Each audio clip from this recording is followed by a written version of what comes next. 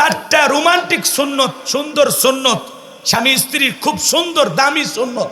এই সুন্নতগুলো যদি প্রত্যেকটা পরিবারে আমল করা হয়, বিশ্বাস করেন আপনাদের স্বামী স্ত্রীর সম্পর্ক কোনো দিন বিচ্ছেদ ঘটবে না, কোনো দিন তালাক হবে না, মৃত্যু পর্যন্ত এ বন্ধন অটুট থাকবে ইনশাআল্লাহ। কি সেই চারটা সুন্নত শুনতে মনে চায়? ঘরে ঢুকে বিবিকে সালাম দেব, আসসালামু আলাইকুম রহিমা, কেমন আছো সোনা? ঘরের দরজাটা খোলো না, আমি তোমার লেটনের বাপ, তোমার দিওয়ানা। বউ খুশি হয়ে দরজা খুলবে, কথা বলেন ঠিক কিনা? কিন্তু আমাদের ব্যবহারে এত মিষ্টি না, ভালো না, মেজাজ গরম, কথা বলেন। দরজায় ডাক দেয়, রুবেলের মামে দরজা খোল, বেশি দেরি হলে দরজা ভেঙে ফেলে দিয়া তোর পিঠের ওপর আজ কি যে হবি, তখন টের পাবো স্বামী কত প্রকার এবং ইহা কি কি। ভিতর থেকে বউ বলে এটা স্বামী না সেকেন্ড আশ্রয়, কথা কোন ঠিক কিনা? আবার ওই পুরুষ বাইরে যা গল্প করে, আমার বউ আমার বাঘের মতো ভয় করে, বাঘের মতো। বাঘ একটা পশু, জঙ্গলি জানোয়ার, তুমি বইয়ের কাছে মানুষ হতে পারো নাই, পশু হয়ে গেছে। ও দুনিয়া তার কোনো জায়গায় গরম দেখাবার পারে না। ওই যে কথা আছে, ভাইয়ের গরম ভাবির কাছে, কথা কন না, রাগ করছেন আপনারা? বিরক্ত যেন হয় না, ভালো করে কথাগুলো বুঝবেন। আমরা ঘরে ঢুকে বিবিকে সালাম দিব, বইয়ের কাছে বাঘ সাইজে লাভ না, বইয়ের কাছে রোমান্টিক স্বামী হওয়া লাগবে, ভালোবাসার সুপুরুষ হওয়া লাগবে, কথা বলে ঠিক কিনা?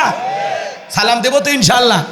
প্রথম প্রথম সালাম দিলে, আজকে যদি যা সালাম দেন আসসালামু আলাইকুম, তখন বলবে বাপ রে বাপ, আজকে আবার কোন হুজুরের মুরিদ নিয়ে বাড়িতে ঢুকলা, সেদিনই তো অমুকের গাছের কলা চুরি করলা, কথা বোঝেন না? 2-4 দিন একটু বলতে বলতে অভ্যাসে পরিণত হবে, পারবেন তো ইনশাল্লাহ। আল্লাহ কবুল করে, জোরে বললেন আমিন। শোনেন, বউকে প্রথমে সালাম দিবেন, এরপরে লোকজন যদি না থাকে বইয়ের হাতটা ধরে মুসাফা করবেন। কার হাত? এই যুবক, কার হাত? বইয়ের হাত, পাশের বাড়ির ভাবির হাত না, ধরলে ঝাঁটা দিয়ে পিটাবে, কথা কন ঠিক কিনা? বইয়ের হাত ধরে মুসাফা করবেন। একেবারে যদি ময়দান ফাঁকা থাকে কোলাকুলিও সেরে নেবেন। একসাথে যদি সালাম, মুসাফা, কোলাকুলি স্ত্রীর সাথে এই আমল করতে পারেন, আপনাদের দাম্পত্য জীবনে কোনোদিন অশান্তি থাকবে না, আল্লাহর পক্ষ থেকে রহমত নাজিল হবে, বলেন আল্লাহু আকবার। আজকে সকালে বিয়ে, বিকেলবেলা তালাক দেয়, সন্ধ্যায় বিয়ে করে সকালবেলা উঠে তালাক দেয়, আসে না? নাই? এই যে এত তালাক, এত বিচ্ছেদ কেন, কি কারণে? এর পেছনে কারণ আছে না? নাই? কারণ পারিবারিক জীবনে আমরা রসুলের সুন্নতগুলো আমল করি না, কথা বলে ঠিক কিনা? তাহলে বিবিকে সালাম দিতে পারবো তো ইনশাআল্লাহ? সালাম আছে যেখানে শান্তি আছে, সালাম আছে যেখানে সমাধান আছে। স্বামী স্ত্রীর মধ্যে সালাম আদান প্রদান হলে একে অপরের প্রতি শ্রদ্ধা, বিশ্বাস, ভালোবাসা বেড়ে যায়, কথা বলে ঠিক কিনা? যে স্বামী স্ত্রী মধ্যে সালাম আদান প্রদান হবে, যেই মুখ দিয়ে বউকে সালাম দেবে, ওই মুখ দিয়ে কোনোদিন বউকে গালি দিতে পারবে না। যেই বউ আপনাকে সালাম দেয়, ওই বউ কোনোদিন ওই মুখ দিয়ে আপনাকে গালি দিতে পারবে না, কথা বলেন ঠিক কিনা? আমার ভাইয়েরা, স্ত্রীকে সালাম দিবেন, এই কথা জয়পুরহাটে বললাম। এক যুবক বলে, হুজুর বউকে সালাম দিতে গিয়ে আমার শরম লাগে। আমি তখন বললাম, বাবা বিয়ে করেছো? কয়, হ্যাঁ হুজুর, 3টা বাচ্চা। আমি তখন বললাম, বাবা মানে 3টা বাচ্চার বাবা হয়ে গেল, তোমার শরম লাগে না? বউকে সালাম দিতে গিয়ে শরম লাগে, ওটা শরম না শয়তানি? কারণ আর শরম যদি এত বেশি হইতো, ওর বইয়ে তো বাচ্চা হওয়ারই কথা না। ও বইয়ের বাচ্চা হয়ে যায়, তোমার শরম লাগে না? সালাম আমল করতে গিয়ে শরম লাগে, ফাজলামি করো না। আল্লাহ হেদায়েত দান করুক, জোরে বলেন আমিন।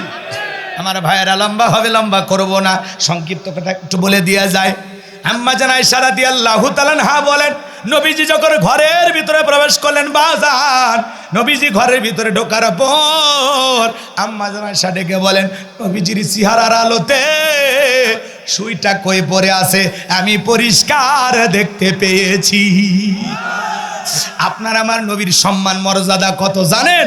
যে নবী হ্যাঁ বললে পুরো পৃথিবীবাসীর জন্য আল্লাহ পাক হালালে পরিণত করে যায়, যে নবী না বললে পুরো পৃথিবীবাসীর জন্য আল্লাহ পাক হারামে পরিণত করে দেয়, যে নবী জমিনে পা তুললে মাওলা পাকের আরশে আজিমে পৌঁছে যায়, যে নবী আসমানের চাঁদের দিকে ইশারা করলে চাঁদ 2 টুকরো হয়ে যায়, যেই ছাগলের দুধ হয় না স্তনে হাত লাগায়া দিলে দুধে পরিপূর্ণ হয়ে যায়, যেই খাবার 5 জন 10 জন মানুষ খাইতে পারে রসুলের হাত লাগাইলে শত শত মানুষ খাবার খেয়েও শেষ করতে পারে না। বলেন আল্লাহু আকবার।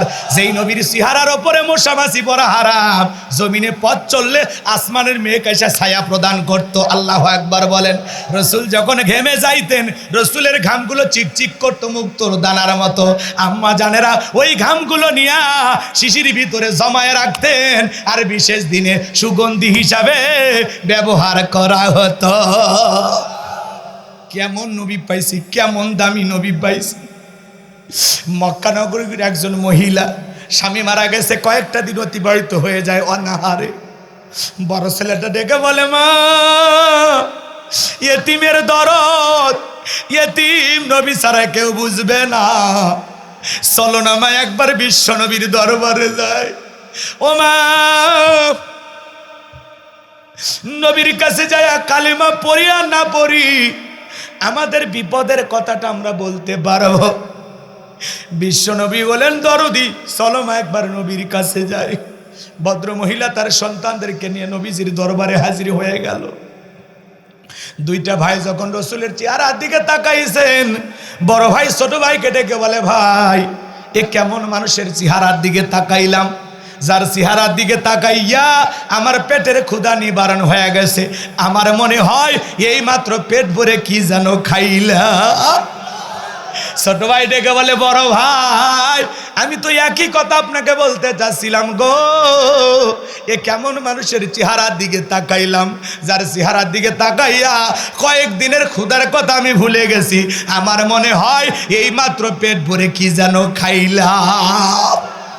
যেই নবীর চেহারার দিকে তাকাইলে ক্ষুধা নিবারণ হয়ে যায়, সেই নবীর কাছে হযরত বেলাল ডেকে বলেন, নবী গো, আপনার চাইতে সুন্দর মানুষ আমি জীবনে কোনোদিন দেখি নাই।